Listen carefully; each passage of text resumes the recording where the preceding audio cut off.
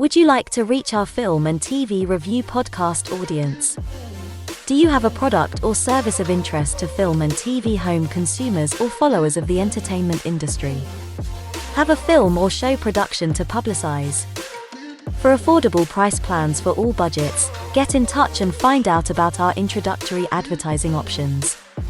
Reach our audience of film and TV viewers and visit our site contact page at filmandtvreview.com, or you can email us at business@filmandtvreview.com. Reach out today.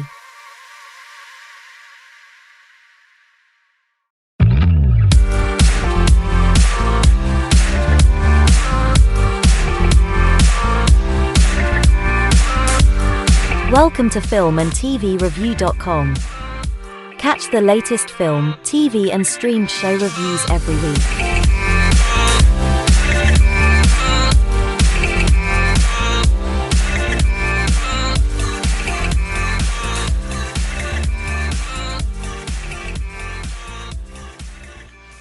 The views and opinions expressed by the authors and those providing comments are theirs alone. They do not reflect the views, opinions or position of filmandtvreview.com or their respective parent companies or affiliates. Filmandtvreview.com makes no representations as to accuracy, completeness, correctness, suitability, or validity of any information in this program and is for entertainment purposes only. Episodes may contain adult humor and language. For full terms and conditions, see filmandtvreview.com.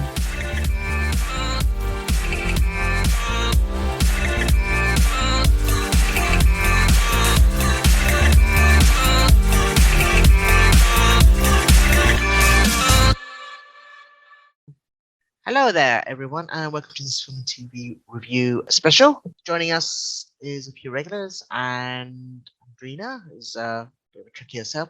We'll be talking today about Picard, which has come to the end of its run after 3 seasons.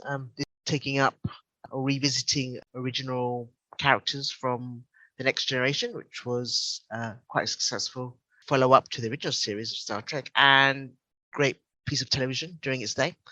And then I think this season, Picard, obviously the namesake, Jean-Luc Picard, just following him in later years and the adventures that he went on to. So we'll begin. So Andrina, I'm joined by Andrina George. Andrina works also sometimes as a producer and quite a few projects under her work. And also I think you were involved in writing the BAFTA Shorts nominee Wayfinder. Yes. Right. So, but you are a Trekkie today. You're going to talk about that. So you did a little bit of binge, and you probably caught up at least with this season and the final season, which is very TNG vibes on it. What was your thoughts, and maybe a bit of a background about Star Trek, what you loved or what seasons are your highlight? Or okay. So I mean, I'm a Trekkie every day, just to point that out. Full disclosure then. Full disclosure. You know what I mean? I'm a Trekkie every day. I actually watch Star Trek like all the time. Like I absolutely love it. Because of, kind of what kind of, not exactly the mission of Star Trek, but it's kind of feel good. It's got a lot of really wise things that it says within the episode, and it's all about acceptance of all the different species and learning from different species, which I think TNG did really well. So my favorite Star Trek is actually Voyager, as Jason knows. Yeah, however, with Picard, I started Picard when obviously Picard first came out. I was like, oh my God, Picard, because I think he's one of the better captains, and I'm going to say something controversial here, but here we go, because with the original series, Kirk for me was not the captain. He just kept running off the ship, and basically like Scotty was running that show. But Picard stayed with his ship. Yeah. He was a true captain. Obviously, my favorite captain is Janeway, because she had that mixture of Picard and also that kind of like daredevil situation. And Sisko was a bit more political, but also, he became a captain much later anyway, but still very good. So going on to Picard season 3, what I thought was beautiful about it was in the very beginning of TNG, it was about one of the things that Picard said to Riker when he first kind of hired him was not hired him, but took him on, was kind of like, you know what, yeah, keep the kids away from me. I don't like kids. Yeah. And what I thought was beautiful about, season 3 of Picard was it was all about that basically turning around almost, and him accepting children and realizing that that whole fear in the beginning of being potentially a bad father was just not warranted. So there was that. But also it was just amazing to see all the old cast and how they brought everybody in and how we got to see how their lives have progressed. And it just had like the music was amazing. So when you just like, when you heard the music playing at those key moments, it was just like, oh my God. When you were in season 4 and you were kind of episode 4, you're kind of expecting them to kind of all come together and, Riker got captured and you were just in it, from the beginning, However, at the same time, while we saw all these amazing characters that were in TNG, there was all the characters that were missing that you were like, oh, but why didn't we see that person? Why didn't we see? And I'm sure it was more to do with the real world than, Star Trek, but it was still quite noticeable. I thought the ending was really beautiful, really sweet. And I felt like, we actually learned some lessons, yeah. So that's basically my first opinion of the show. I agree. It's quite a feat to have all the cast. I mean, you had basically most of the TNG cast except Wesley Crusher. Thank God. No, but he was in. I think he appeared in the season 2. Kind of like fair enough. But it did remind me watching this season 3, which I can say you can almost watch by itself. I mean, seasons 1 and 2, it's very much, I think Patrick Stewart said he doesn't want to be in uniform. He doesn't want to revisit Star Trek really. But it seems things are more coalesced where it was a natural gravitating towards this, TNG cast coming back. It did remind me just beginning this season that it was a lot of hints to even the movies. It felt like, oh, is this going to be like the Wrath of Khan in space? Because you basically got a ship and a kind of a mobile, overpowered other spacecraft, and it's almost like dueling in space in a nebula, and you're thinking, well, the production values are nice, but you're thinking, oh, well, we already have the Wrath of Khan, but it then kind of dovetailed into almost like a classic Star Trek episode where they're kind of trapped in this nebula, but they have to actually think about how do you get out of it, and you have to think it through, look at the pattern, what's happening, and then you find out it's kind of like they're witnessing a birth of a new life, and it reminded me very much of a TNG episode where they're kind of like solving a problem. All the department heads are going around a table and just trying to figure this out, not guns blazing, which you had at the beginning, which was fine, but then it became, this is the show that harks back to those that 7-year run, which was great, and a great villain. I think Amanda Plummer, starring as one of the secondary villains, is basically the Changelings, which a great. I think she was having a whale of a time there as a captain of a ship, as an arch nemesis on that ship anyway, and so it was. And she's a good actress in herself. More indie work she does, but she was having a good time.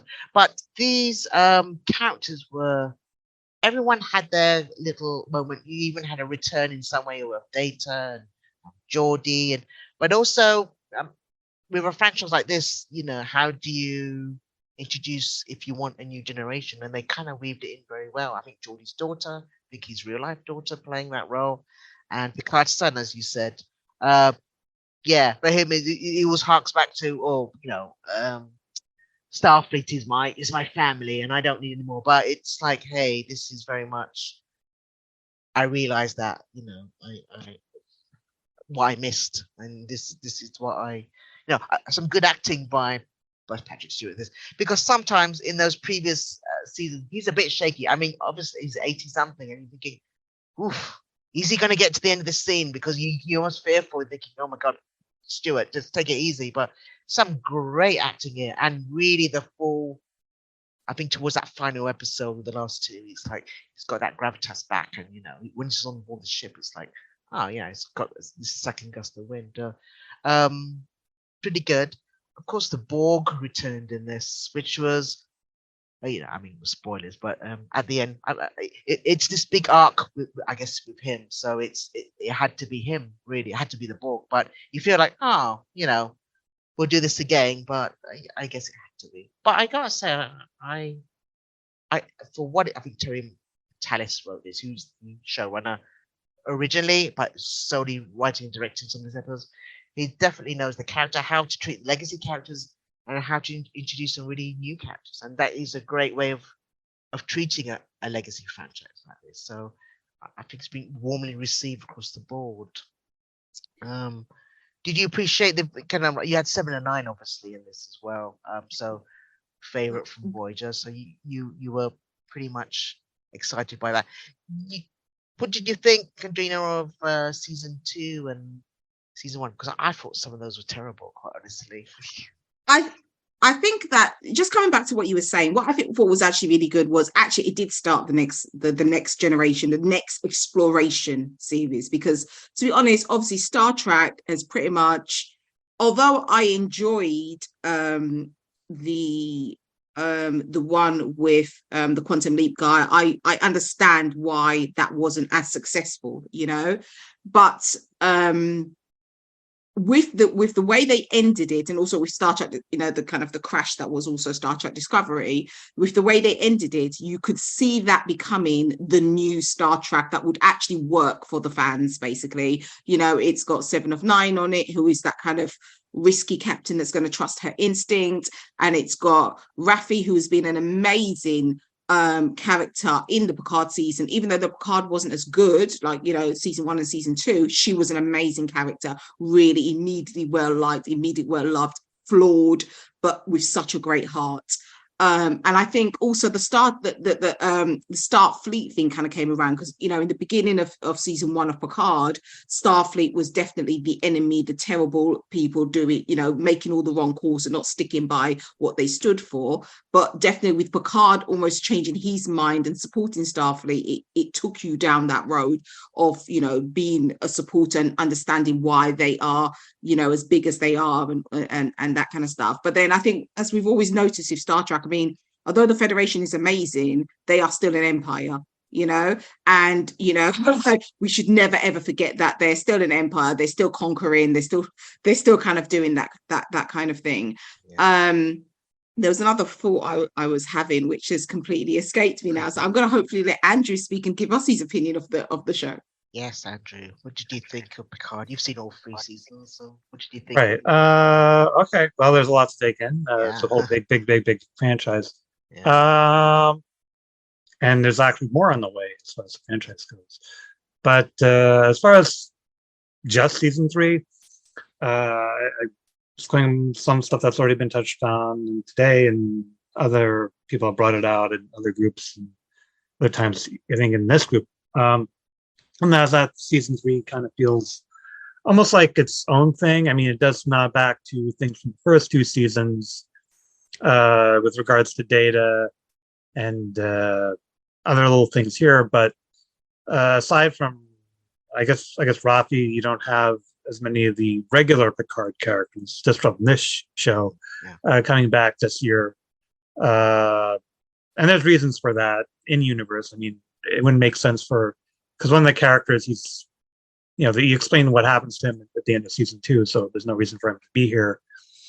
But on the other hand, it's sort of like one of the questions is, because there's the character played by Alison Pill, there's something that happens to her at the end of season 2, and it's like, well, why doesn't she factor into the events of season 3, especially given what happens in season 3? It would make sense for her to show up and do something, but she doesn't.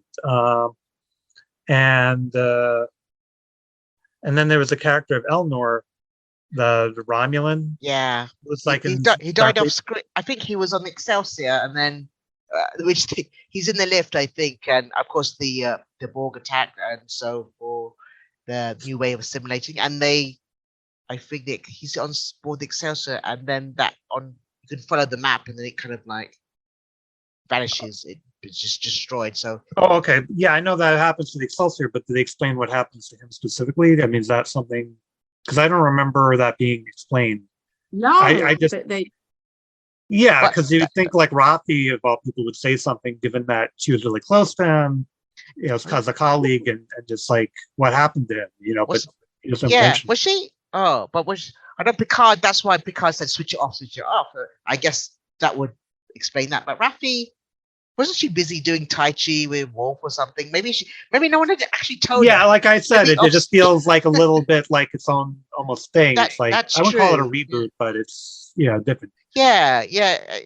they did that a lot, where they basically mentioned a lot of people off camera, Yeah. and actually I thought that was a really bad idea. It's like when they at the end they were like, "Oh, Guinan's giving us side eye," and you're just thinking, "Well, where's Guinan?" You know, Captain Janeway. Well, where's Janeway? Do you know what I mean? And there was certain, like, even like, you know, obviously they brought in the kids and stuff. They brought, you know, LaForge's kids, but we also know about Paris and Balana's kid. You know, there's, and even then, even not even Paris and Balana's kid. What about Raik and Deanna's kid? Where is your daughter while you guys are running off on some kind of holiday? Well, in some cases, I think it's a budget thing. Like I guess, like to bring back Whoopi Goldberg and to bring back. I mean, I don't know how much it would cost to bring back Kate Mulgrew, but I mean, she's on Star Trek Prodigy. I guess her voice, but that's set in the past from this perspective. If that is the case, yeah, then don't mention her. You didn't have to mention her, but you've mentioned her to give us that kind of, oh my God, let's think about her, and then you don't show her face. So that just makes you think, well, what it basically takes you out of the series, and it brings you into the real world, because the reasons behind it are real world reasons. It's not because, you know, Guinan is not available, it's because Whoopi Goldberg's not available. Do you know what I mean? So I just think that actually, you know, just yeah. I think Guinan was definitely, because she was quite close counsel to. Yeah, she was on season 2 quite a bit. Yeah, she was in season 2 a heck of a lot. Different actresses, yeah. So, and they could have done their part. I mean, quite heavily, because so they've been paid their dues, definitely. But so I mean, you got, it was 10 episodes, but it kind of packed in a lot. I mean, you got basically 2 villains almost, and then and even the Borg. Well, even, I mean, we'll go spoilers, but even the Borg at the end, it's not limited to the Queen. I mean, Alice Krieg. Whose because voice, the other actress passed away. Yeah, in the series, but she voiced it, and I think in the suit, or you know, in the decayed form, is the stunt woman who played both characters. So, but it works well. But it's very they were just limited to basically the last 2 episodes. I mean, it's like, oh, the Borg, it's the Borg, and then, oh, okay, well, you've got 1 episode to sort them out, which is fair enough, as in they make their appearance. So they had to pack in a lot. So considering that, maybe that's why you have so many, you know, off-screen mentions. Well, I'm not bothered by that as much, because I've seen in other shows where it's like, what happened to so and so? They're off, you know. So that it doesn't bother me. No. It's just the idea that there are certain characters who are like regulars on this show, who are like, and I guess maybe Eleanor's like the most obvious one. Like, whatever happened to him, other than, like, I don't remember him being mentioned. I mean, he was mentioned the Excelsior, but not him. I mean, maybe I missed something. I think in season 2, just because I was watching online, they said they mentioned, because these questions come up, and they said, oh, I think he's been posting the Excelsior, and then you see it kick off screen. But again, yeah, no one bothered to tell Raffi. I think they were waiting until the mission ended, and they're like, oh, by the way, we'll just mention it. There's actually another character I was going to ask about, but no, go ahead. I was going to ask what happened to Laris. Is that her name? Is that the which one is she? Romulan lady. Oh, the Romulan who Picard oh yeah, well, see what I mean? This is what exactly I'm asking about. Well, he was like, busy. Who? What? Who? Yeah. He was busy playing poker at the end, obviously catching up with friends. Yeah, that's not really a reason. I don't know how long that game was. Yeah, but a really good poker game. Yeah. Yeah, but which is a good way how they ended it compared, you know, with the original series around the poker like game. All Good Things. Yeah. Yeah, like All Good Things. But you mentioned before in the season 2 it was one of the crew, but became basically this Borg Borg Queen who was part of the Federation or asking for it. So where is she? That's the really strange thing. It's not even mentioned. So in season 2, and you saw it in season 2, Andrina, didn't you? Did you see all No, of it? I saw a bit of season 1. I haven't actually seen season 2, so Well, that's where I've you'll get just seen. your Whoopi Goldberg. Don't worry, but you'll get this Yeah. you'll get this character who's part of their. It's almost like a bit like they go back in time. It reminds me a bit of like the Voyage Home almost that season, but it kind of like it's Picard and his crew, but one of the crew, again, it's the Borg make their make themselves known again by a bit of a timey-wimey trying to get, I think they come across an old Borg queen and then she infects this character, and then but this character then at the end turns out to help them in the end. So Yeah, but then where was she? And then the continuum was involved. So there's a lot of stuff going on. Yeah. But then where was she? That's, I mean, that's what I was asking about. What happened to Alison? What I- happened I- to Girardi? and she wasn't even mentioned. Yeah, exactly. I think actually this particular season was not Picard. This was Voyager. Sorry, this was the New Generation. TNG, And I think yes. I think what happened when Picard first started, we thought it was New Generation, and it wasn't. It was a No, it completely different thing. And I think obviously that didn't work, so they've now gone back to what they kind of probably should have done in the first instance. But then also we kind of have to ask the question: did that Borg thing work? Because I just thought to myself, well, we've done. Can we not get a new enemy aside from because we did Borg in Voyager? We've done Borg in like Picard in the beginning. We did Borg in the New Generation as well, and also the Borg seem to have completely changed. Like, I mean, how can the Borg, who have always been about a simulation, that is their mission, assimilate everyone, become part of the collective, resistance is futile. And all of a sudden we're talking about what? Like basically what's it called? I'm guessing it's a combination of what happened. Basically, like having a child almost they're talking about. And I just think, no. Sorry. I think it's a combination of what happened in the final episode of Voyager, combined with maybe their experience with the Dominion, and they just changed tactics, I guess, on them. That's what those are different Borgs. Okay. I mean, don't like there are many different types of Borgs out here, because those are Delta Quadrant Borgs, that Janeway essentially destroyed. But actually, there's another load of Borg that Q introduced into the Alpha Quadrant in the very beginning of TNG, because it's Q that caused all of this, and that's another thing. Is go on. Well, I thought it's just in TNG that he just sent the Enterprise to a different part of space and then sent them back. I didn't think it was necessarily that he was actually doing them a favor. He sent them to different like parts of space. He snapped his fingers but he alerted the Borg to their presence. That's what Q did, because the Borg weren't aware of the Federation and all that stuff before. But when he did that, he is the one that created the Borg problem for the Alpha Quadrants. All those, those kind of years ago. I guess that's how I saw it. I don't know if anyone else saw it. Yeah, I think they're 7,000 light years ahead or whatever. Then brought them back, but it kind of like they would have. I guess maybe he brought things forward, the schedule thing, but it would have happened eventually. But then I guess he was just saying he was testing the arrogance of Picard at that time, saying, we can deal with, we don't need your help, we can deal, we're very well trained, this is what we do. And then Q says, well, you really don't know how dangerous it is out there. In fact, let me show you. And then he brought them back, but he did set that in motion probably faster than they should have met. Or in humans development, but he kick-started off that just faster than it should have ever happened, I guess. But so you're saying, so that was the Alpha Quadrant Borg, but the Borg Queen we saw in First Contact is the same. The same actress, it's the same faction. Yeah. It's also, don't forget they have trans warp conduits, so they can travel back and forth. They did do that, didn't they? I think there's that one episode. Which one is it that they traveled back to try to kill whoever it was that I don't know. Remember there's that Contact, one. That was the movie. That was it. Yeah. Yeah. That's that from Cockney. That's Yeah.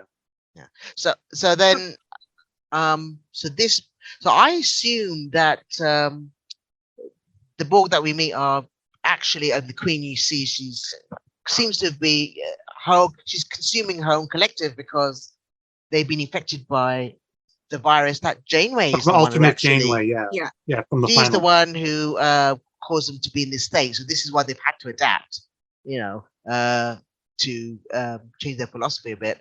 And so this was is that realistic? Yeah, for a group of people who have spent, God knows how many thousands of years, whatever, basically saying that you need to adapt to us, and then all of a sudden things go a bit shit, and it went a bit shit with species 8471, didn't it? Because species 847 was about to wipe their asses out. Them, yes.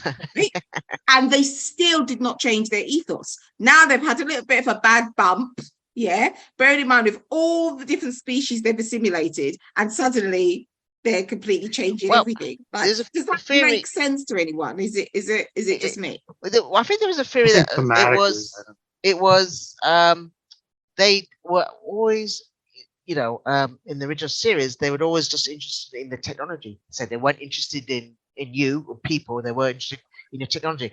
But it's when they couldn't get answers from the technology, because what had happened, they'd been traveling at the 9.6 or whatever, but somehow they traveled 7,000 light years in the future, and then they bounced back again, and they were wondering, well, we don't understand from looking at your technology, that doesn't work. So we're going to have to dig in deeper. And I think that was the first time, I don't know the first time, but probably that's why they started consuming Borg, consuming people, turning people into, doing a deep dive into people. But now I'm thinking about it, they had Borg on board in the first place. So they were, I'm kind of thinking, no. I think it's kind of like mind-blowing, especially when you consider that they were kind of using like a Borg type of technology on the Starfleet vessels, just how they got into trouble in this whole third season. But so don't they study the biology as well? Or they were simulating? You're right, they were simulating. They weren't really bothering to understand. But then I guess this is a bit of a conundrum, because they didn't know they were getting help from Q, that we'd better start changing how we do things, because once, twice, they seem to have evaded us, and we better look into their biology and maybe adapting by not only technology but biology, and not just assimilating but rather adapting. And maybe that's their fruit. None of this is said in the series, so this is just theories that are coming from outside. Because they've always adapted biology, and they are a combination of biology and technology. That is what the Borg is, kind of going over to that, like even the changeling thing. I mean, I'm not going to go into the fact that Odo wasn't there. I'm going to let that go, keep it moving. Okay. Because obviously we presume Odo is still part of the Great Ling.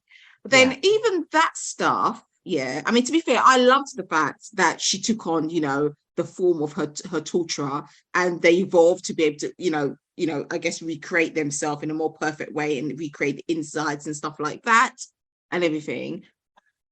But then again, I did think to myself, I'm sure when Odo was first, a little changeling baby, the way they got Odo to kind of react and start to become that knew that he was intelligent life was through essentially torture, because that's what happened. So I didn't realize. And so to be fair, actually, because I was thinking to myself, I didn't realize you guys could feel so much pain in that gelatical state. But actually, Odo did say that that's what his scientists did to him. It was all about that, wasn't it? Causing him pain and all the other stuff.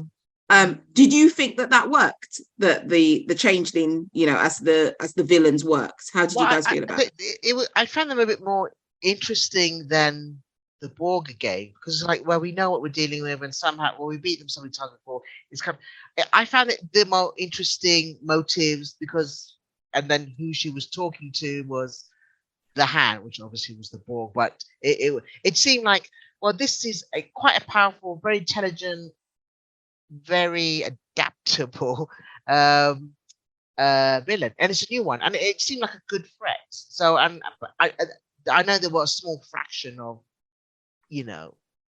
that a more peaceful kind of like the Link, or the kind of changeling, group, but I liked it. But then it's kind of like, you don't know who to trust. It's always this old trope of, who's the real changeling on it. Kind of it's very, we've seen that many times before. But I think they could have developed it as in not wipe them out, and them not just working. Well, they're working with the Borg. They're their own thing. It's just that their motives are aligned. But I like them. I did actually like them.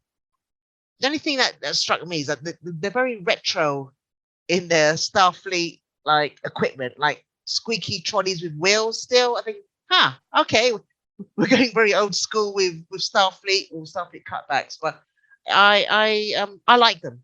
I actually did like them. They were fresh and seemed like a threat. But I guess if it's Picard's legacy, I guess you have to have Borg there, was you kind of, despite them being used over and over again, and they're not as fearful. And even during the show, you kind of like you met Hugh, and even in season 2, there's a lot of Borg.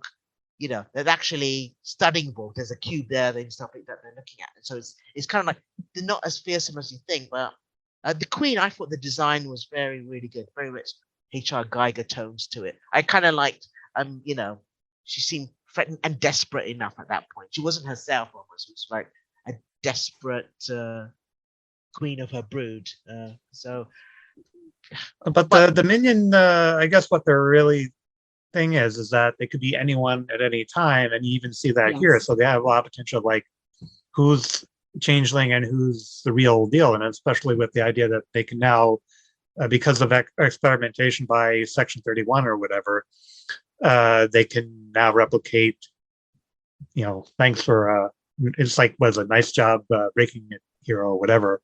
Now, thanks to that, the changelings can now replicate human or whatever actual organs. Yeah, and it's harder to tell who's a changeling and who's not. And that's a lot of paranoia fuel. There's a lot that can be done with that. And here it seems like they almost kind of, because of constraints of time, just kind of hand waved it as like, oh, Dr. Crusher found a way to kind of tell who's real and who's not. So, and that, don't you just think they were just too easy to kill? Because before you could have just phaser a changeling like that. Do you know what I mean? But now all of a sudden they're just killing like just one shot and the changeling's gone. It's like, which is a bit of a shame. Yeah, like Andrew said, I think he's like. Well, I don't think they were that easy to kill. I mean, sometimes they were, sometimes they weren't. But don't forget that the Dominion had the Jem'Hadar and the Vorta and all that, and you didn't see that this time around. They don't address what happened to the rest of them, or even the worlds that the Dominion conquered. It's just sort of like changelings. But what about the worlds that the Dominion conquered, or all that stuff? But to be fair, that is in a different galaxy. We're not seeing what's happening in the Delta Quadrant. They were in whatever, like, what's that?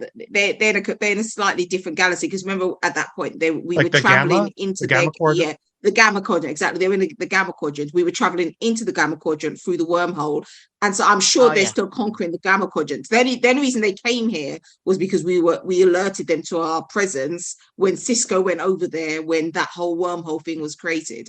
But even then, they were like, I remember when the changelings were, it was one, because they couldn't bring all those changelings over because Cisco put those mines in. So there was only a couple of changelings in the Alpha Quadrant, right?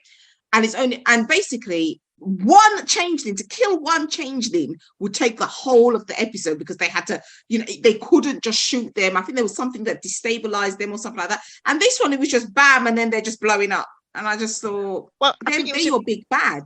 It was impressive leading up to that point when he says, well, how many do you think there are of us?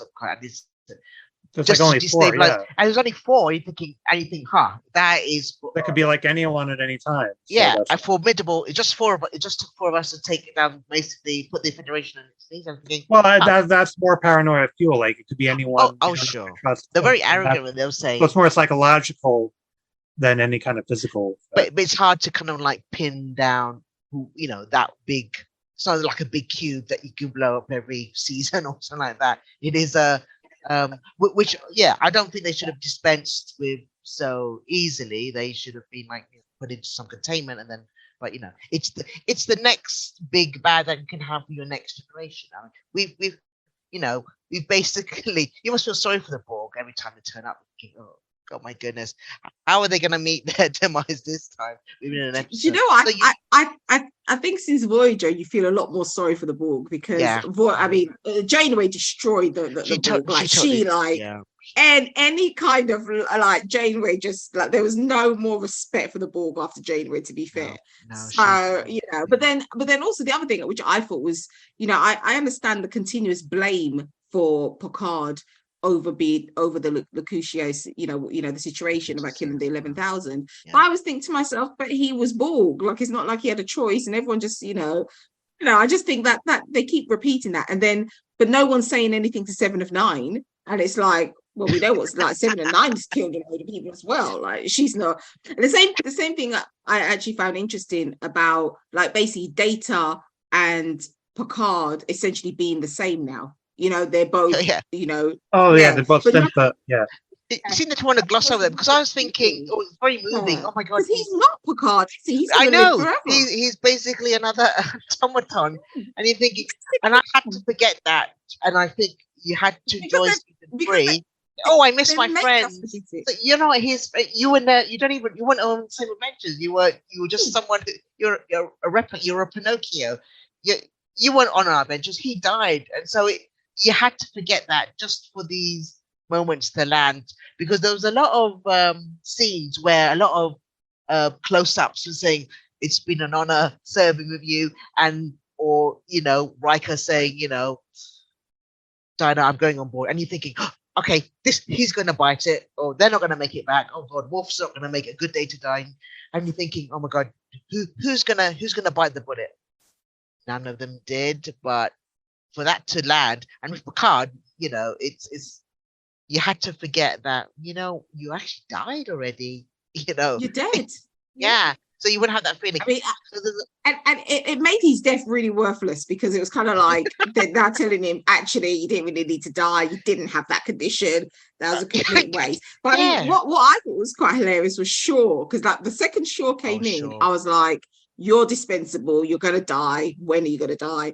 To be fair, he lasted a long time, Yeah, and he's a major character this year, but just not major enough. He grew a lot on me, quite honestly. He kind of like that's as in put the pin in, like, well, we're not on a ship where we're going to be blowing up the Enterprise every 5 minutes, and it's almost like, well, the good old days, and a lot of kind of accountability for the actors, which you can almost throw at, which they used to throw at the original crew, saying, all your time travel shenanigans, but they were throwing it at this crew. And Shaw was that kind of like, because he'd lost obviously a lot of his crew at Wharf 359 or whatever it was, that battle, and it was a good emotional. He's a good actor. I think credit to him to make this side character such watchable whenever he's on. Yep. Well, he's a good actor, Todd. Yeah, he's a good actor. He was also on 12 Monkeys, the TV series version of that. Yeah. There's another guy from 12 Monkeys as well. I don't know if you guys noticed. One of the other bad guys. Yeah, he played I love that guy. Love that guy. Yeah, he does a lot of stuff. So it's interesting that those two actors were working together again. They didn't share scenes together, but it's also interesting because Todd Stashwick's character in 12 Monkeys was also kind of like someone who started out as kind of like, someone who was kind of like, even more so, like someone's a baddie or jerk or whatever, and then you kind of came to kind of appreciate him more.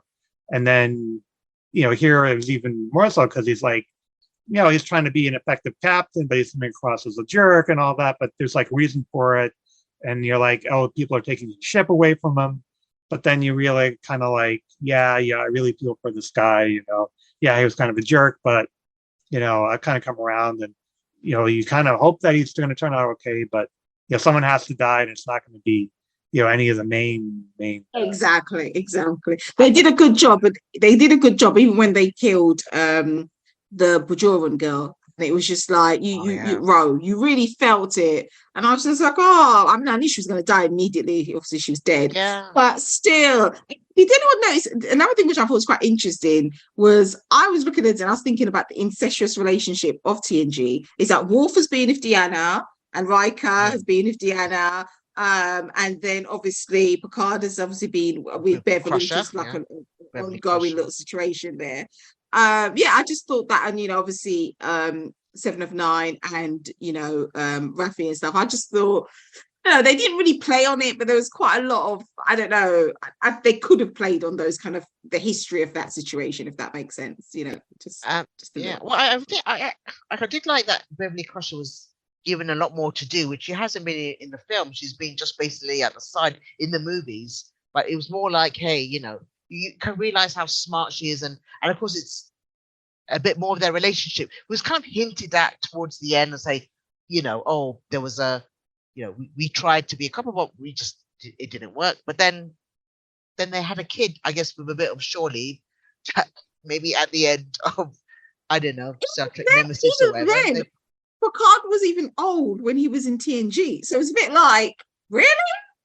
Well, I'm sure he did his press ups in the morning, and then he got some bigger, getting him on an archaeological expedition. He finds his fire in his belly again, I guess. But yeah, he managed to have another kid. But it was good that she was given a bit more substantial kind of acting to do, which and she's a good actress in it. I mean, she's very much a solid player. But instead of just the ship's doctor and then this patient, right? And that was the whole thing back when the show was on. It was like she kind of left after the first season because it was just an uncomfortable work situation for her, and she wasn't really given much to do. And they replaced her with a different character, Dr. Pulaski. But that didn't work out well. I mean, that's all the reasons. And they brought her back. Yeah, so it's nice to see her doing stuff. Yeah. I mean, I always thought her and Deanna's kind of friendship and stuff, as the only kind of, I guess, two key women. Obviously, there was the security chief for a bit, and then obviously Tasha, but then obviously Tasha passed away. So I think they made quite a lot of their friendship and their woman time and stuff. So I never really felt like she was sidelined too much, because there was always these kind of key moments between her and Deanna, and there was all these kind of love romances that them two had, and that kind of stuff. So I always felt that she was quite central, and also they always had that tension between her and Picard. So yeah, which also was another thing which was quite nice to see, that they eventually did get together and they created something beautiful. And I quite like the fact that, I don't know if anyone else noticed, it's like the recklessness, like the whole Picard recklessness thing was something that kind of Q brought to his attention, when it was like, if you weren't a reckless guy, you wouldn't have made it to captain. And they were kind of talking about that. And that actually reminds me of the original series, because that's something they were always saying about Kirk and his crew, and like the chances they used to take and the recklessness and all the other stuff. And so they really brought that into it, because I didn't really see Picard so much as a reckless captain, right? Because he actually was. Yeah. So Riker, more like diplomatic. That's quite diplomatic.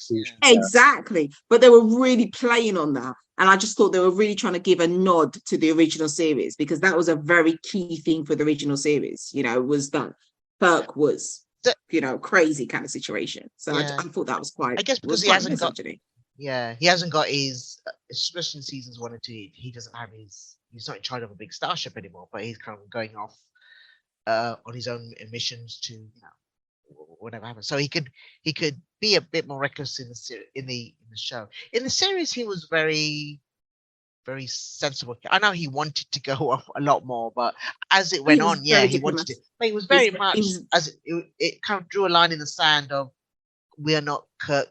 We're not. I'm not Kirk. I will stand. I'll do the responsible thing, and which was a good. He played by the rules. Like he was very much. This is Starfleet thingy. This is what we do. That's kind of captain he was. That's what I was gonna say. It's like that was always very interesting, because they had Kirk reckless, Picard. He was a completely different type of captain. They had Jane, where he was in between Kirk and Picard, where most of the time she was about thinking rules, but sometimes Jane would just be like, going crazy and stuff. And then they had the politics of Cisco, and obviously the last captain. No, his name should not be named, if you know what I mean. Mr. Pine. Well, it's funny mentioning this, because they do actually do that on Strange New Worlds, sort of like the different styles between captains. And I don't know if you watch Strange New Worlds, but they actually touch on that the season finale for the first season. Like it's sort of like a what if episode, but instead of Marvel, it's Star Trek. So it's basically, I don't know if you've watched Strange New Worlds, so what I can say about it, but they basically do like a different captain styles between, well, Kirk and someone else, and Pike in this case. So they do touch on that. I'll just leave it at that. So it's interesting to that up. Who's you guys' favorite captain? Ah, I knew that question was coming. Andrew, I throw that to you first. Go for it, Andrew. I don't know. I mean, it's tough. I mean, he wasn't captain the whole time, but I do like, I guess maybe because I'm partial to DS9, I like Cisco, but maybe that's because I like DS9 as a show. So, DS9 and is I a like good show. It's my second favorite. I like the whole shades of gray type of thing where it's not just, oh, Federation good and these guys bad. It's sort of like, you know, that kind of, and Cisco kind of fit that. There were things that he did in that show that were sort of morally kind of, you know, is that right thing to do? Like, what was it in the Pale of Moonlight, I think was the episode where he did things that weren't really on the up and up, but he did them. I think I know the episode you're talking about. Yeah, because of the War of the Dominion, and he had to kind of do them. So that's why I kind of like that show. And there were also a lot of story arcs. The show is maybe a little bit ahead of its time. You know, nowadays most programs are kind of like, oh, there's this overall story arc, and what episode follows the next. It's not standalone episodes. DS9 was kind of a little bit ahead of that in terms of doing these like story arcs and some long story arcs instead of just being like standalone episodes and then maybe a cliffhanger or two here or there. So I guess I'm more partial to that, and that's maybe why I maybe partial to Cisco because of that. But the captains all have their pros and cons. The original series is more about, it was a different time in real life. And it was about the power trio. So it was like, why are they on the away, you know, team all the time? Shouldn't they be on the ship? It doesn't make sense, but you know, you can't fault them for having what worked at the time. So I guess that's what it was. So, but yeah, again, that's what I'm partial to is I guess Cisco. So. Oh, Andrina, then it's Jason. Janeway, isn't it? You're just gonna say Janeway, aren't you? I'm going to say Janeway, but that's because she had the perfect balance. I mean, because she had the perfect balance of being somebody who was ethical and could be diplomatic, but also who would just throw caution to the wind and be like, you just didn't know what she was going to do. It would just be like, see, I'm going in.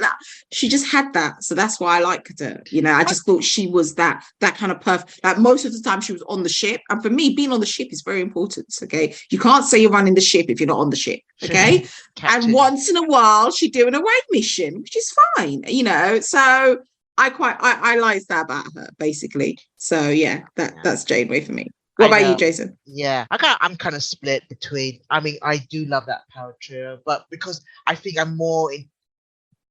I know I'll give you who the best captain is, but I've got to say I do more enjoy that little dynamic between Spock, McCoy, and the council he kept, and Kirk. Right. It was, you know, it was always Kirk was listening between the logic of Spock and the heart of McCoy, and then he would make that third choice. So he had his counsel, but again, he just went on wherever there was a green skinned girl and an away mission, he would be down there. Ryan, yeah. But it was a different time, and it was just fun watching. That was Riker in it. That was basically Riker. Well, that was basically Riker. Well, initially, right? But then they kind of, you know, made his character a bit more fleshed out instead of just like, you know, like a Kirk-esque character. He's actually got like a backstory and more to his characterization than just, you know, going after the women on the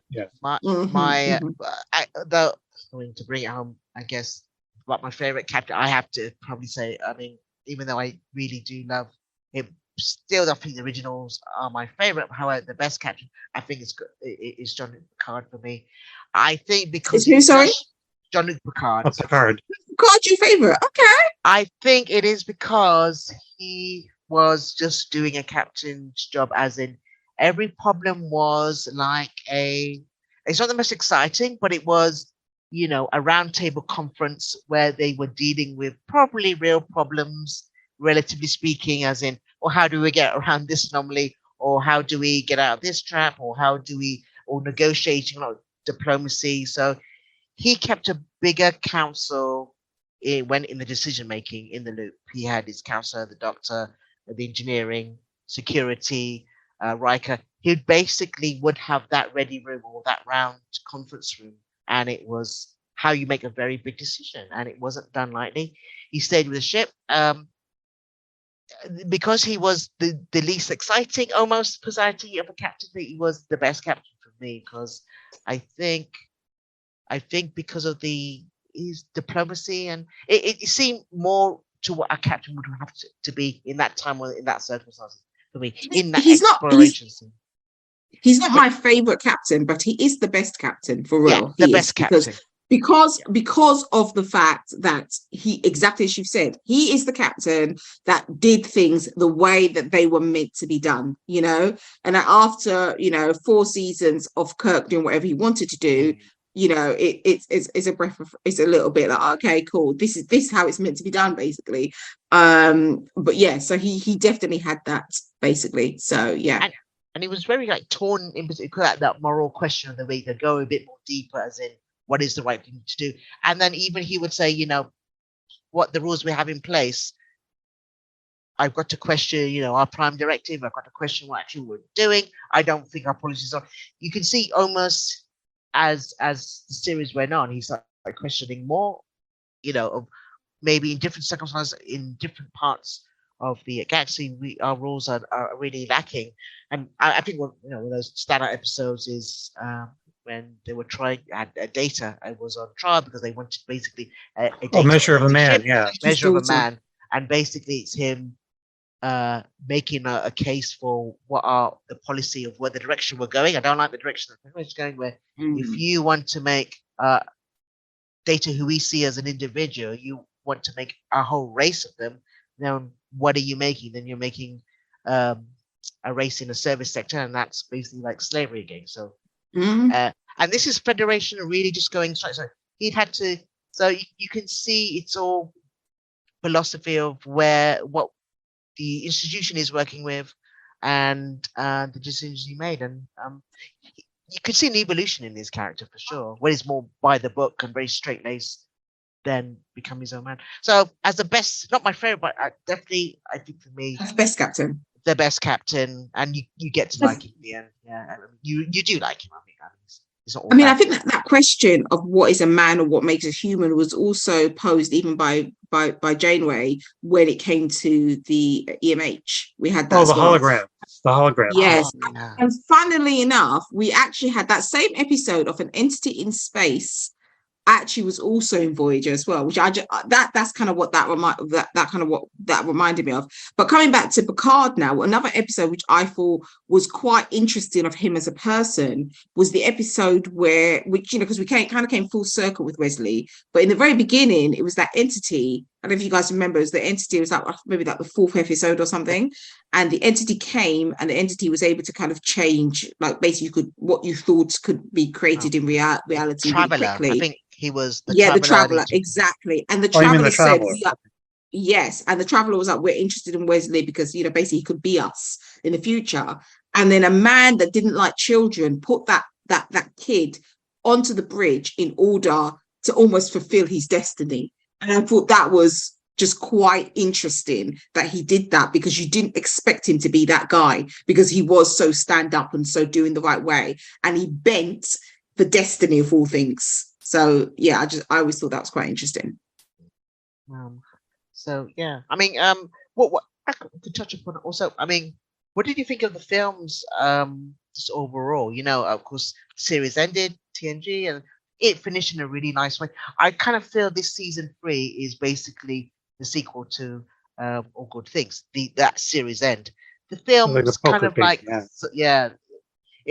it's here where the characters started in the film. They kind of like Picard now becoming a bit more like Kirk, quite honestly, and bare chested, taking on the Borg, single-handedly losing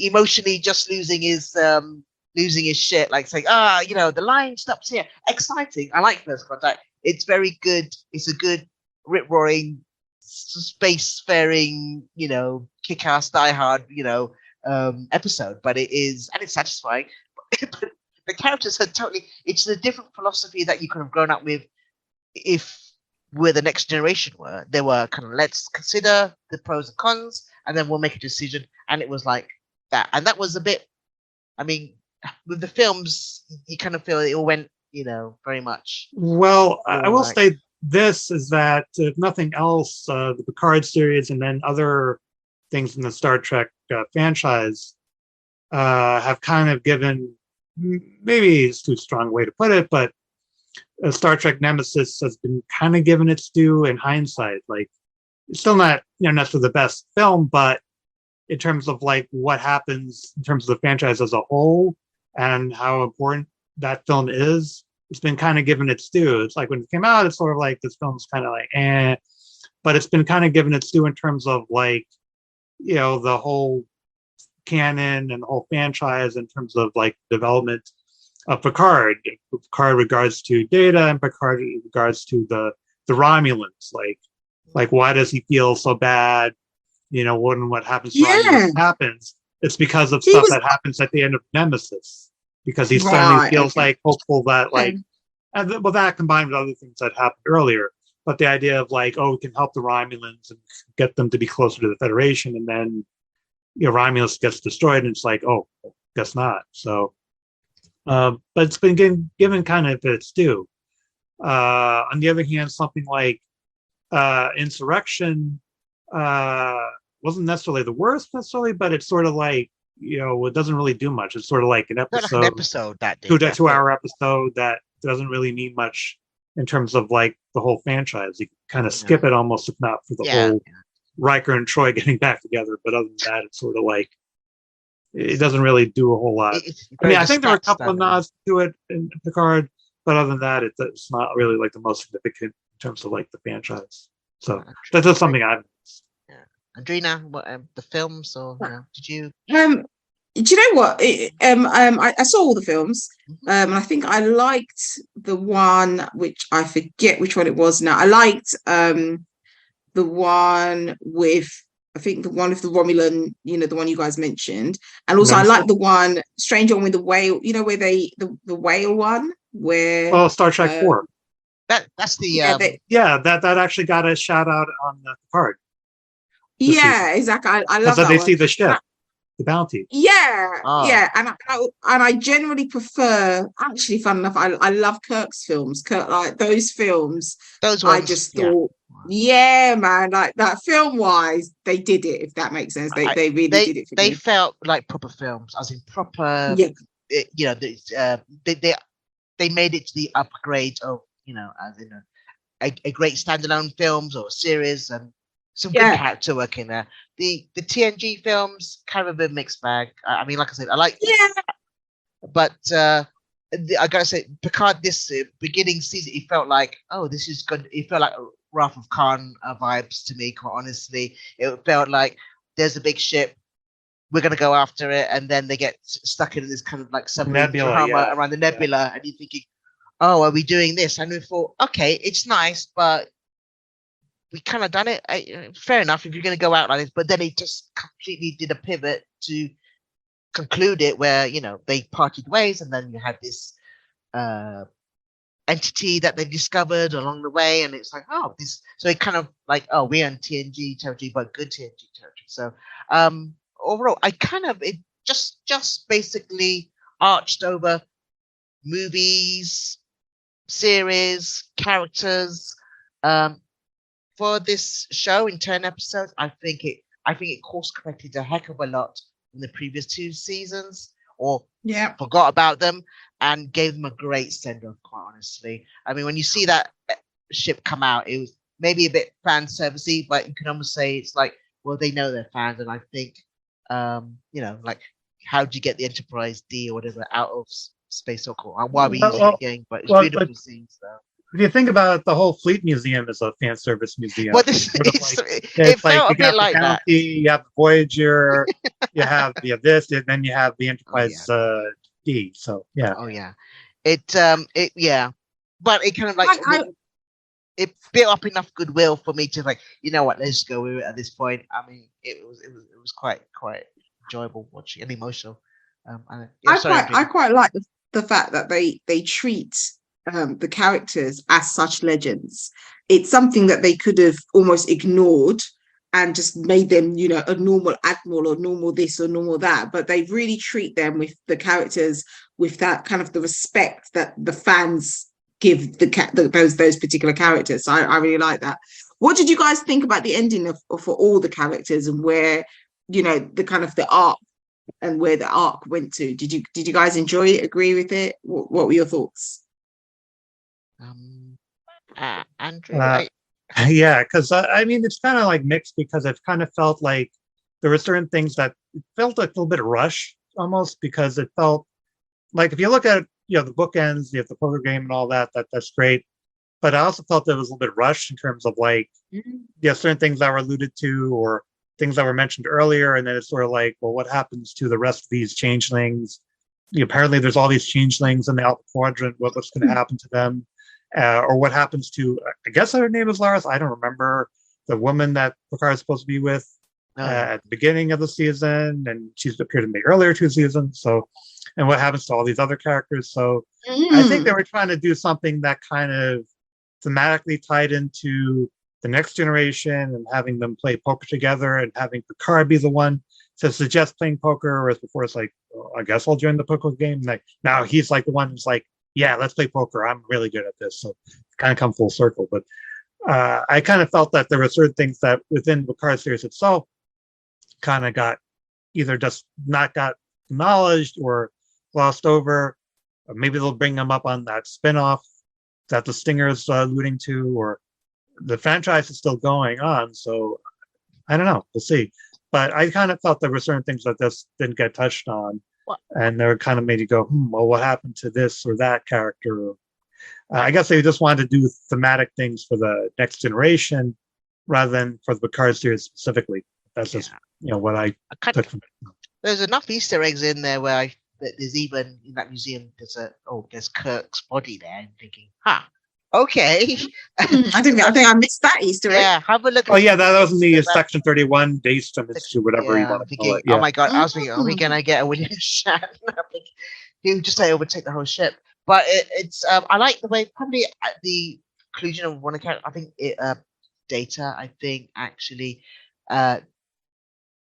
reached quite more of a satisfying end here, because I think you'll see, I think it's in season 1, or you haven't seen it, Andrina, but Data does make an appearance there, and his history, and even season 2, I think, in a way.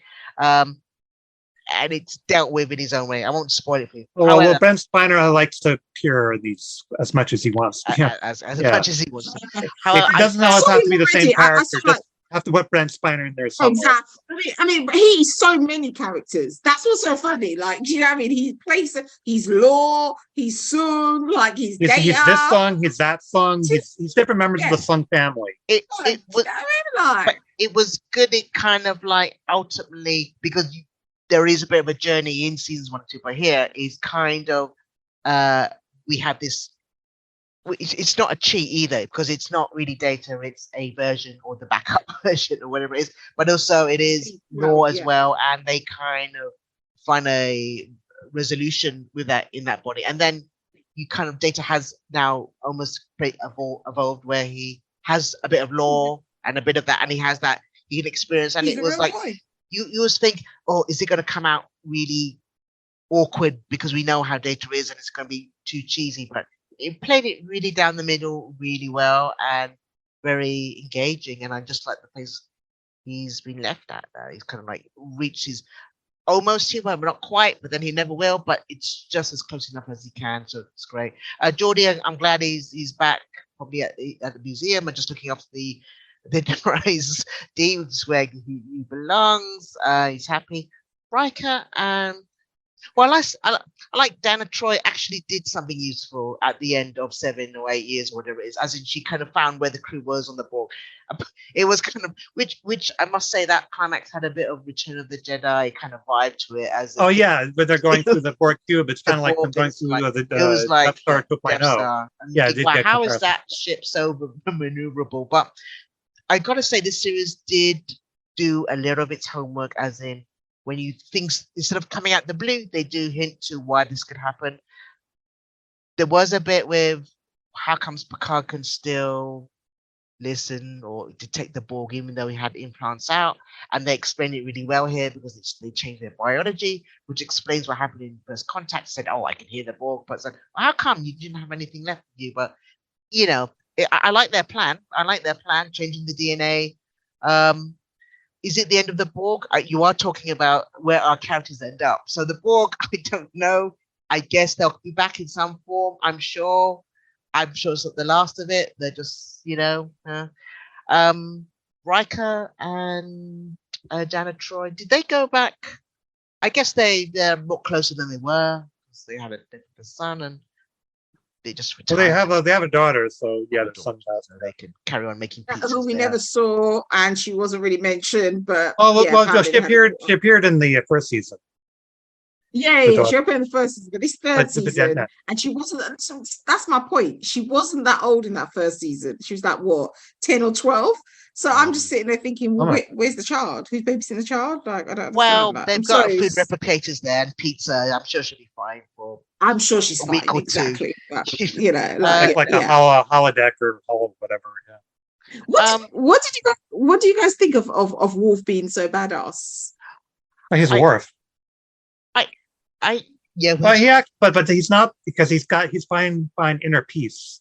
So he's like a new improved Worf, because he's not just trying to be, he's trying to find inner peace. He's meditating. He's doing stuff. He's not just. He was a bit like comedy relief for me, honestly. He wasn't he kind of like that warrior part is gone, but he probably just come up with the greatest, one-liners. It's like he's, even when he goes on saying, peace and meditation, and then he says, we're going to be off on a freezer mission, and then Mike says, do you even hear yourself talking?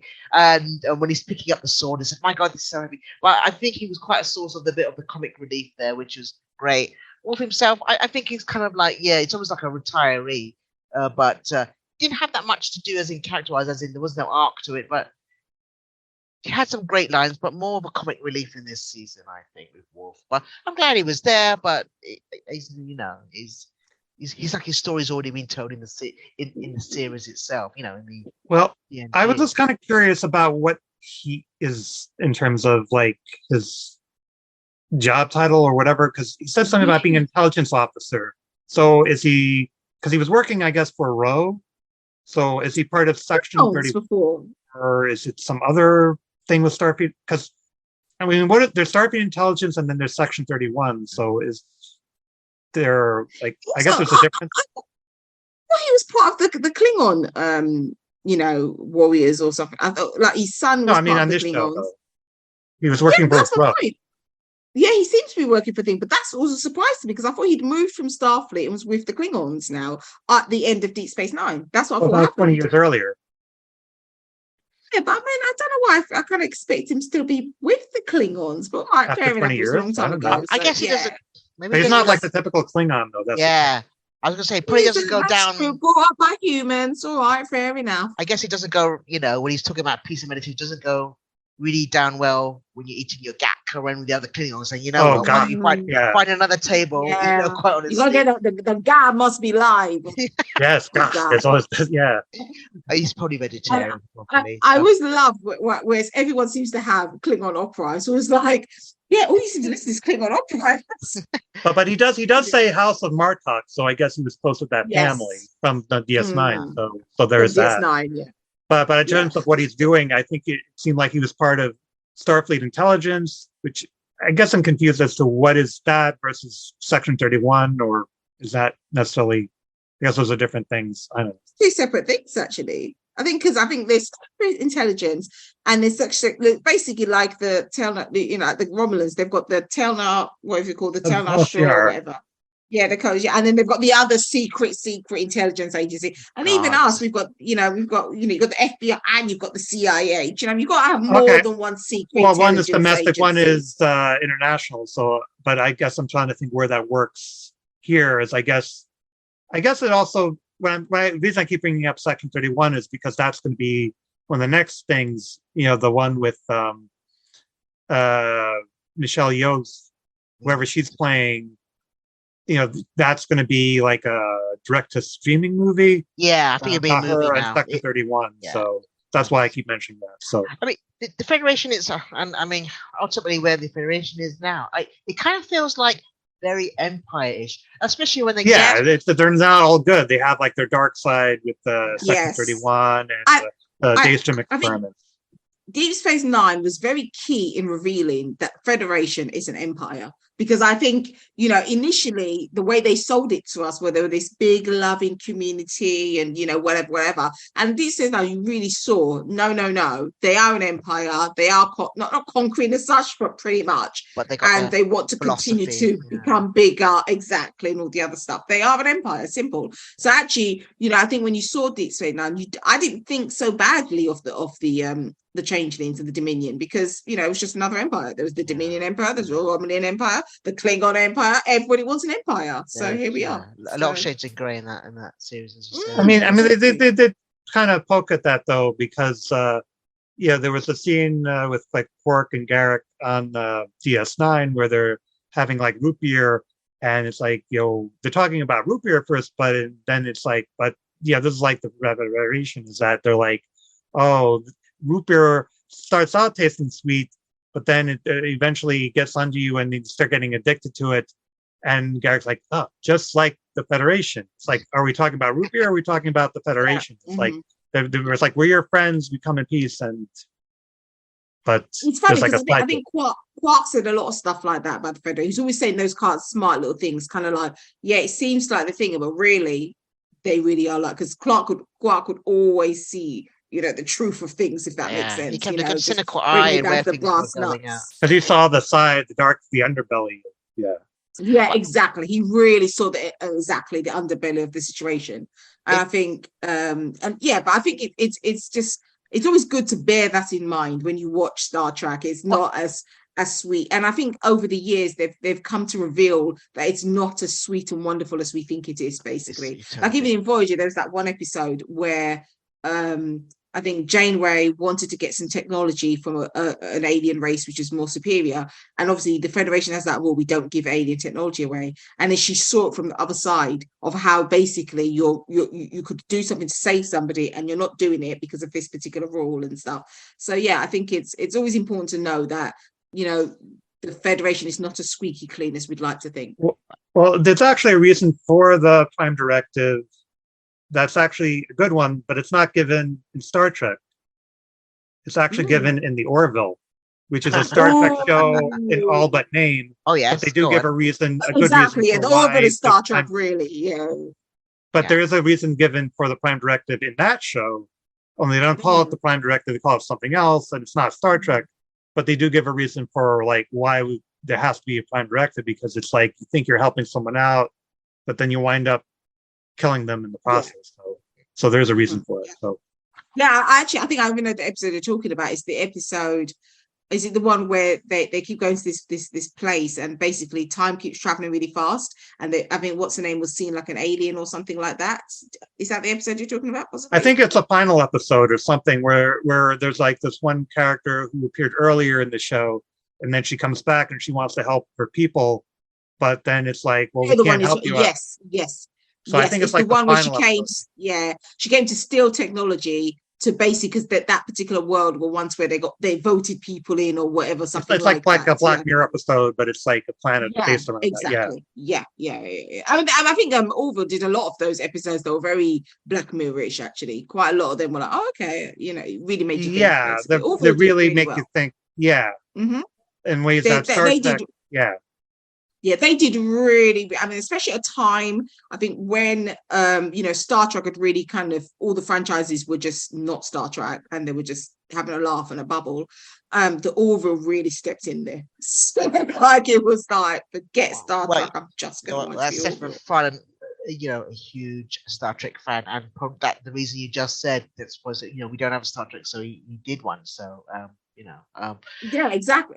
And he was correct, because obviously, I mean, from the time, I don't know if you know, when they changed the Klingons on Discovery, I was like, are you kidding? Is this a joke or something? Like,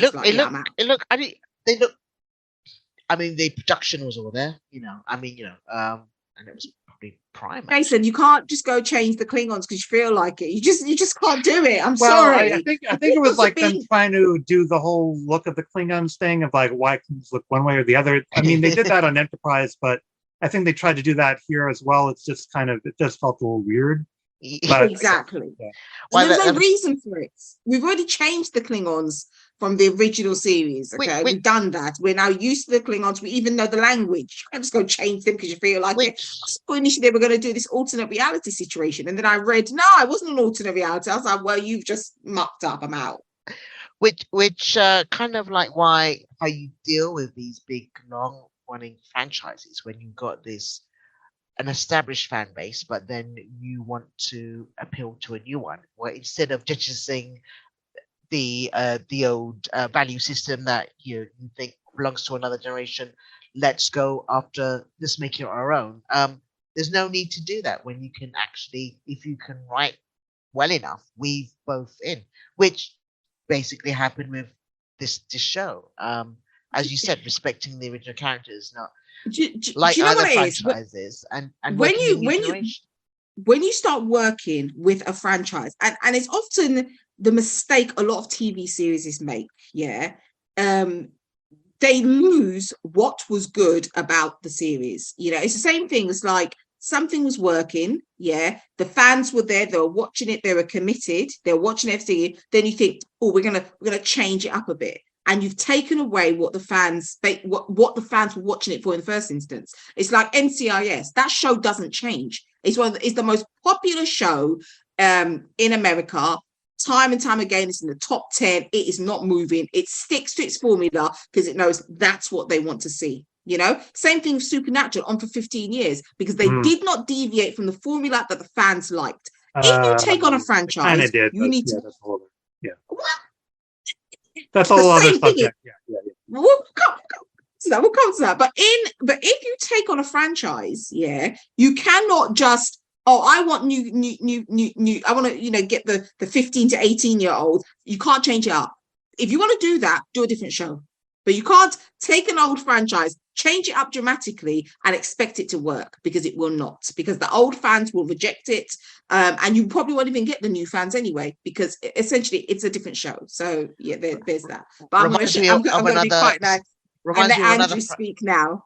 Well, it reminds me of I'm not going to get into Supernatural, because that's a whole other topic for a whole other meetup. Was it Supernatural you were talking about? Supernatural or a different show? Well, no, it sounded like you were saying about Supernatural that they kind of kept the same format for 15 years. They actually didn't.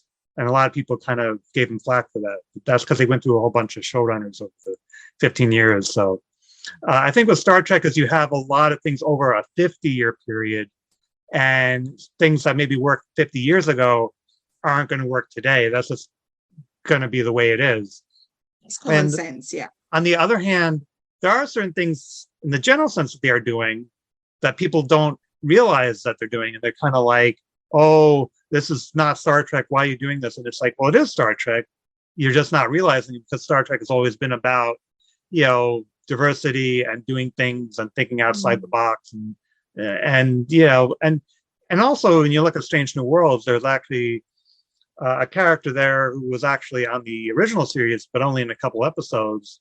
And they brought him back, and it's like, why is the Doctor, why is the Doctor, why is this? It's like, no, it's actually the Doctor who appeared in a couple episodes in the original series, played by a different actor, obviously, because it was 50 years ago in real life. So it's just, but it's always been about doing things that, about challenging, ways of thinking, and that people need to realize that that's the way that Star Trek is.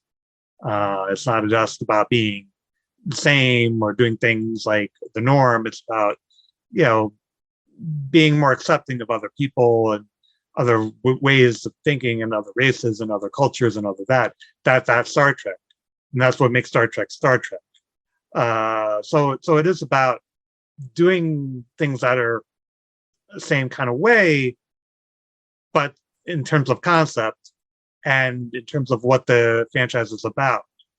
And it's not just about doing things this way constantly. But at the same time, there's actually certain things that they are doing.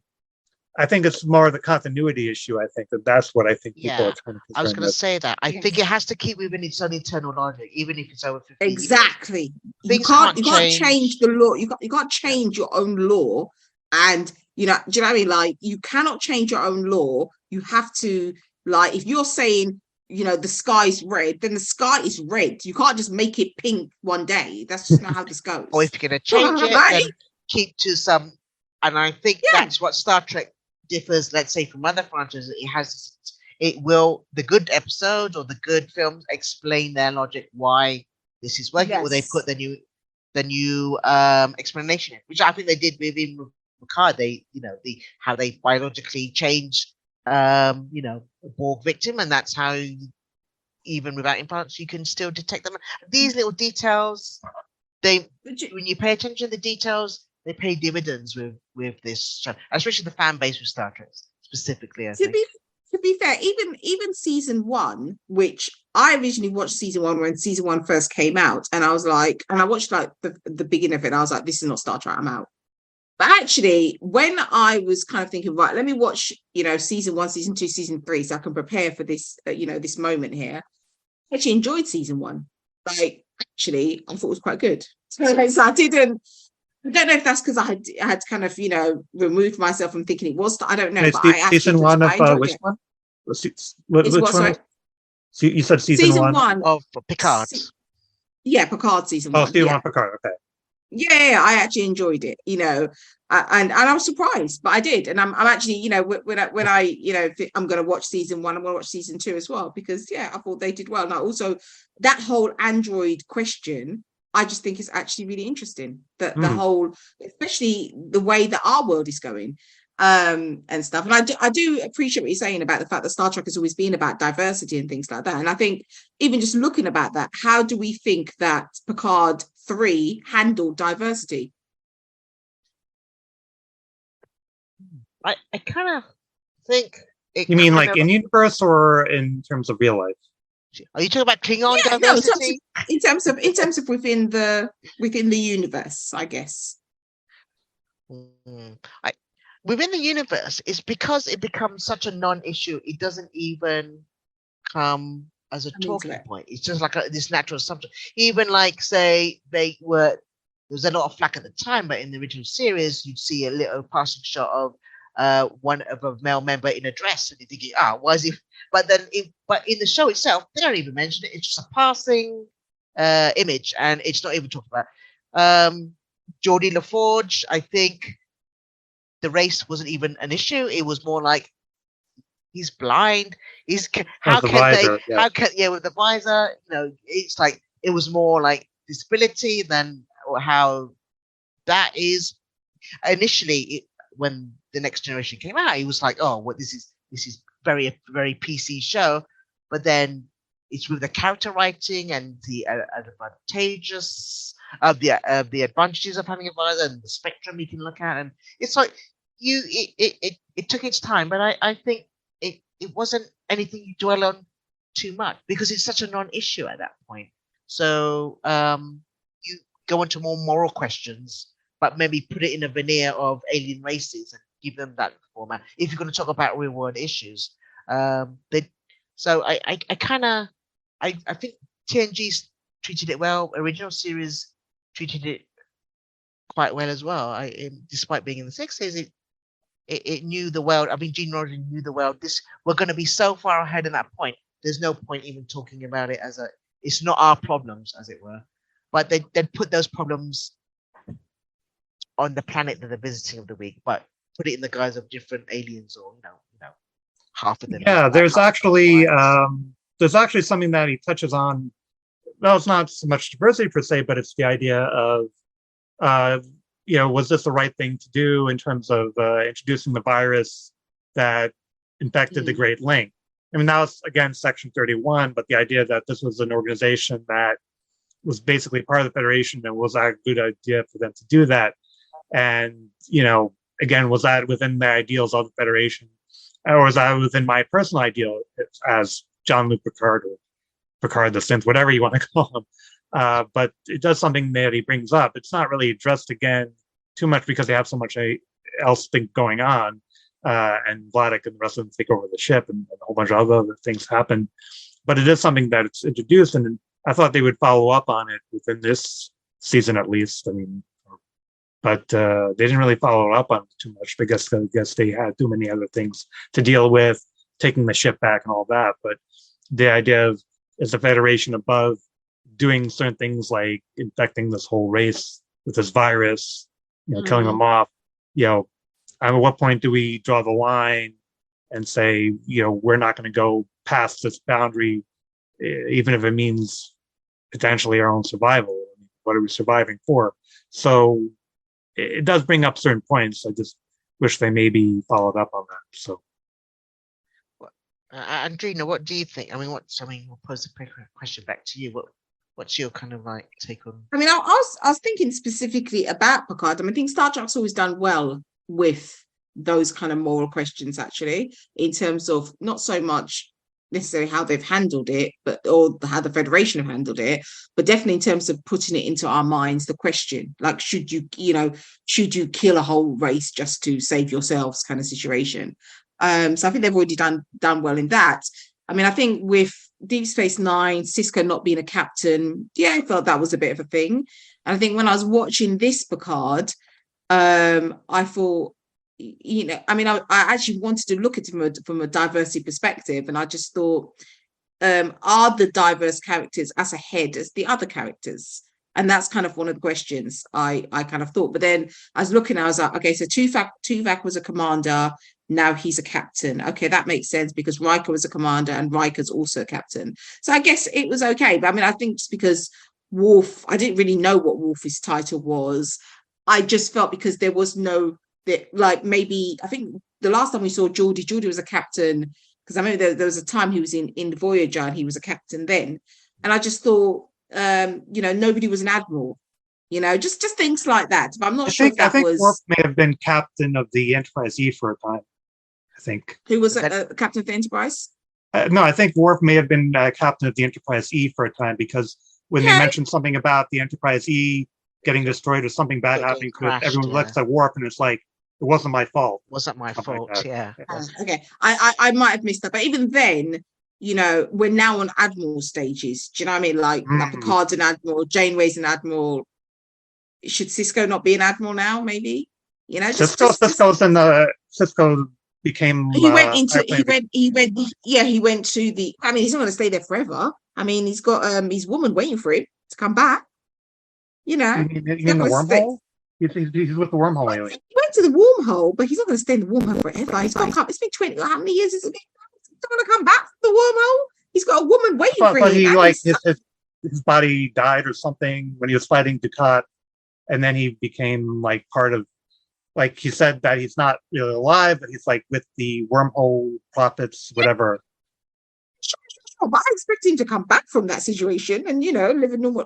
I don't know. Well, that's in real life. I think Avery Brooks is retired or something. Maybe. I'm sure that's what. But we could have had a mention of him. Yeah.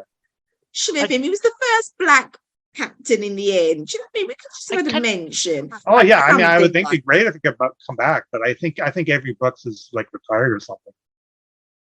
Maybe. And it's funny you mentioned all this, because when people were sort of theorizing what was going on, as the season was progressing, they were thinking maybe the big bad is going to be, you have to change things, but the one that they're talking to is going to be the Pa Wraiths, and then it turns out to be the Borg. Not the Wraiths. People were disappointed by that, but it's that would have been quite interesting as well. Actually. I think the Borg have more of a direct connection to Picard, and I think that's why they went that way rather than the Pa Wraiths, because then it's who are the Pa Wraiths? We're not dealing with Bajorans here. They make sense if you're dealing with Bajor, but I think from a thematic perspective, that's why they went with the Borg rather than anyone else, including the Pa Wraiths. I guess they're too tied to Bajor, but again, this is just all theories. It is a series called Picard at the end of the day, so it had to be. Yeah, it's not Star Trek Bajor. Yeah, and also, to be honest, the enemy. My only thing about the Borg is the fact that we can't. The Borg seems to be the ultimate big bad, even though Janeway did kick their asses. But I think they had to go for the Borg anyway because of Picard's history. They had to close that off basically for him not to be so afraid anymore. And there was just so much that happened. That thing still haunts him. So it really had to really close that circle. From all that blame that he's experienced from, that one time they took him over and everything. So yeah, and also with the changeling thing. I mean, to be fair, I mean, I still think, the changeling thing, I'm not sure was the most logical thing, I guess, only because I'm thinking, let's say, so a fraction deviated, went away, and I then kind I of was even think, thinking about the yeah. capture of that fraction. Where did they capture Well, these people? I like them Because as a we'd stop villain. the I just wish they had more like time to really explain like how they're going to deal with it, because it's like, that's why I feel like the ending kind of felt rushed. It's like, okay, well, you have these changelings who are all throughout the Federation, they're posing as these prominent figures. That's something pretty big. You have to deal with that. And now it's like, okay, Dr. Crusher found a way. Poof. But and they're not going to, and that's assuming they take a transporter. Do you know what I mean? If I was a change, I'd be like, well, I'm not going to take a transporter then. I just take a shuttle. Take a shuttle or something else. Exactly. There was just no real. Okay, sure. They I think they could have had a plan. It's just something they could have kept for another, not being died off or killed off completely, and they could have had their own. It's just two plans happening at the same time. I'm not convinced the Borg really needed them, but it was, it was. Yeah, have their also, own plan, and they have their own plan, and the changelings are still against solids, and the Borg actually are solids. Yes. So I was a bit like, why are you working with these people? Like, for real? Well, like, do they necessarily know they're dealing with the Borg? Because they keep talking to this image, but do they know it's a Borg, or they kind of? Well, if they went and stole DNA from right. Okay, because I was kind of like after a child, which is essentially a child of the Borg, they knew they were working with the Borg. Okay. Yeah. I think they had to be working from the same. I know what I guess because I don't Borg was consider the Borg as like their own thing, not necessarily solids. Yeah, but we know what the Borg were getting from it. But what are the changelings getting? Just revenge. They're destroying the Federation. The revenge. Destroying the Federation. Revenge. That's it. Pure revenge. Pure Wrath of Khan territory there. Yeah, at least Vladek, that's what she's getting, is revenge. Yeah. But she'd probably have her own, area to live in, and the Borg would give them that. But who knows? But I got to say, for that series, to bookend Picard and the TNG, I got to say it's well done. Great. Yeah. I don't want to see another season. As good as this season is, I don't want to see another one. I think it's very rare. Well, there's a spin-off. There's definitely a spin-off. We saw the spin-off. Yeah, because they say Jack and Q, yeah. Yeah. And do you know what? True. I'm going to enjoy that. And Captain Seven. Yeah, Captain Seven. Love Captain Seven. And I guess Rafi is the first officer. Yeah, I mean, they're gonna do you know what it is? Because I remember Seven from the beginning. She was always trouble, so it's really going to be beautiful. And to be fair, all three of them are trouble. Yeah, and also I'm also interested to see Jack get together with LaForge's daughter, with Sydney and stuff. Like, yeah, man, I think. So out of 10, what would you guys give Picard season 3? A wolf. All right. Start with me. I gotta say, just on this season alone, I wasn't a fan of seasons 1 or 2. Honestly, I was ready just to start watching. At that point, I just didn't think they just lost their way. I think on this one, definitely a 9 out of 10. I gotta say, it's very rare that you get, I think, credit due to Terry Matalis, I think, is the writer director or something like that. Showrunner, yeah. To weave legacy characters, when I've seen other franchises drop the ball so heavily with legacy characters. No, I think we know what we're talking about. I know we're just talking about one, yeah. I think this is great. This puts them, I can see you have a future again. I know this it just puts it in a good place, considering such a turnaround. I think they basically rectified a lot of errors, observed a lot of things that had to be observed, put it in a place that you think, hey, this is Star Trek again. And I think that's been missing a lot as a recognizable entity. So, yeah, definitely high 9s, a 9 point something out of 10 for me. Nice. Andrew? It's kind of tough because I feel like the ending was kind of rushed, and I felt like a lot of the season was pretty good, and I liked a lot where it was going. I just feel like the ending was kind of rushed, so maybe like a 7.5, maybe. Like if like they had a more of a complete ending, then I would have probably given it higher. But the parts that worked very well, but I just felt like they rushed little things. Maybe they'll address it on the spinoff. I don't know. We'll see. 7.5. Andrina, your score. I'm curious. I'd give it an 8 because I agree they did really well with the characters. But I think I give it an 8 just because some of the inconsistencies for me, just things that posed questions for me that I like, no, you should like don't put it in if you're gonna, those kind of things. But other than that, I really enjoyed it. Yeah. And I was rooting for them, and the music alone was just like the old Star Trek music that just got you going. And they created that tension in terms of wanting the characters to get together. I liked how they split it up, first of all, with Raffi and Worf working together, and then and you just thinking, okay, when are these two factions going to meet, and when are they going to, like, do you know what I mean, like, get back to. And also I loved the introduction of the new characters. Jack, I thought, was amazing. I'd watch him. He really reminded me of Kirk, but in a different kind of way. Sydney I really liked. LaForge's Daughters was great for me. Raffi I've always loved. I liked him from when season 1 was on, and 7 and 9, I mean what's not to like, to be fair. So yes, I thought it was good. Yeah, I can agree. 7 and 9, I wasn't that liking her that much in Picard 1 and 2, but the ones that made you teary, the most emotional scene is in this final season where Shaw is just giving this recommendation to her, and it was like, that's like, of a person I didn't really like in this season, for her to get the most emotional over when she's told that Shaw is giving such a recommendation despite her thinking she's just going to be fired. It was like quite a payoff, and of that. Raffi, I wasn't a fan of, but she worked really well with Worf on this and kind of developed the character much more. Not such a victim all the time, but came her own agencies and a bit more focused. It's not just an addict problem, but this is some great. So great. I like it. Both you said a lot of inconsistencies, which I think just have come out of even strangely the previous 2 seasons. So here you just have to forget about it just to get on with this. It's like what 2 seasons? Season. Yeah. I honestly. Just like, if you're going to watch Picard, and you like the TNG, just start with season 3 and end with season 3, and you'll love it.